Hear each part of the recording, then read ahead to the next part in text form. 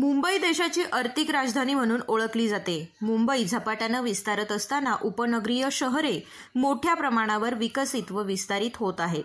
अशा शहरांपैकी एक म्हणजे ठाणे। ठाणे जिल्ह्यातील नायगाव जे मुंबईपासून अवघ्या 2 तासांवर आहे आणि झपाट्याने वाढतही आहे। दरम्यान अनेक बांधकाम व्यावसायिक स्वस्त दर आणि स्पेशल ऑफरच्या नावाखाली फ्लॅट्स विकत आहेत। काही जण ग्राहकांना साईटला न येण्याचे सांगत ऑनलाईन फ्लॅट्स विकतात, तर काही वेळा 999 रुपयात बुकिंगचीही ऑफर देतात। परंतु प्रत्यक्षात या भागात ना रस्ते ना मूलभूत सुविधा अशी अवस्था पाहायला मिळते। मान्सून काळात नायगावमध्ये प्रचंड पाणी साचतं। पावसाचं पाणी रस्त्यावर साचल्यानं स्थानिक रहिवाशांना मोठ्या प्रमाणावर त्रास सहन करावा लागतो। काही वेळा पाणी कंबरभर वाढते, ज्यामुळे लोकांना आपल्या घरापर्यंत पोहोचण्यास पाण्यातून चालत जावं लागतं।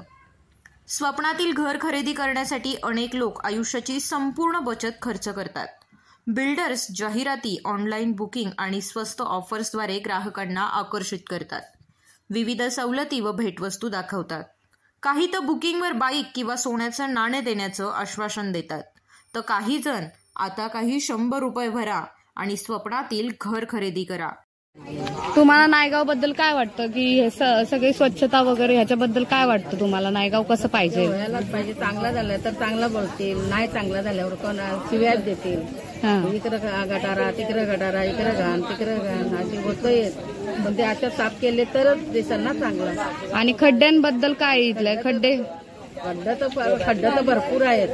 खड्ड्यांबद्दल तर सांगूच नका। रिक्षा जायला रिक्षेवाला जात पण नाही। अर्ध गाड्या लावून बसतात, अर्ध जातात, अर्ध गिराक असली का मग जातातच। नाही तर गाड्या लावून न बसतात। खड्डे जाम, खड्डे अंगमास दुखतोय, काय काय सगळा हे होतंय। म्हणून रिक्षेवाला सांगतात का तुम्ही बाबा जायला कशात पण जा, टेम्पोत जा, नाही तर